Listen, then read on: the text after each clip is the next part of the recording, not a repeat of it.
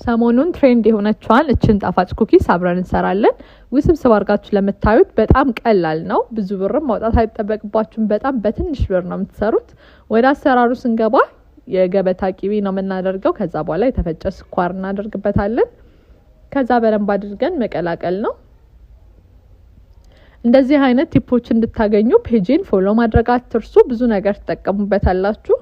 በደንብ ስኳሩ ከመማለን በኋላ አንድ እንቁላልና ቫኒላ እናደርጋለን። አሁንም በደንብ አድርገን እናዋህደዋለን። የደረቅ ግብአታችንን ማዘጋጀት እንጀምራለን። ኮርን ስታርች፣ የበቆሎ ዱቄት፣ ጨውና ቤኪንግ ፓውደር አድርገን ፍርኖ ዱቄታችንን በዚህ መልኩ እንቀላቀላለን። ከዛ ወደ ቂቤው እየከተትን በደንብ አድርገን እናቦካዋለን። ትክክለኛውን ቴክስቸር ሲሰጠን ግማሹን ደግሞ እንቀንስና ካካዋውን እንሰራለን።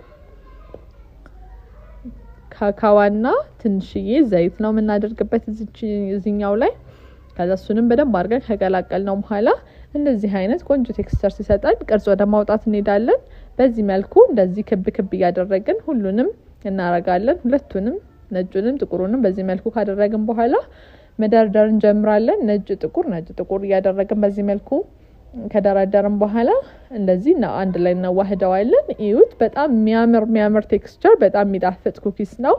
ሞክሩት፣ ትወዱታላችሁ። ሌላ እንሰራላችሁ የምትፈልጉትን ነገር ኮሜንት ላይ አስቀምጡልኝ፣ ሰራላችኋለሁኝ። ጥያቄዎችም ከጠየቃችሁኝ በኋላ ጥያቄው እንዲደርሳችሁ ሜክ ሹር ፎሎ እንዳደረጋችሁ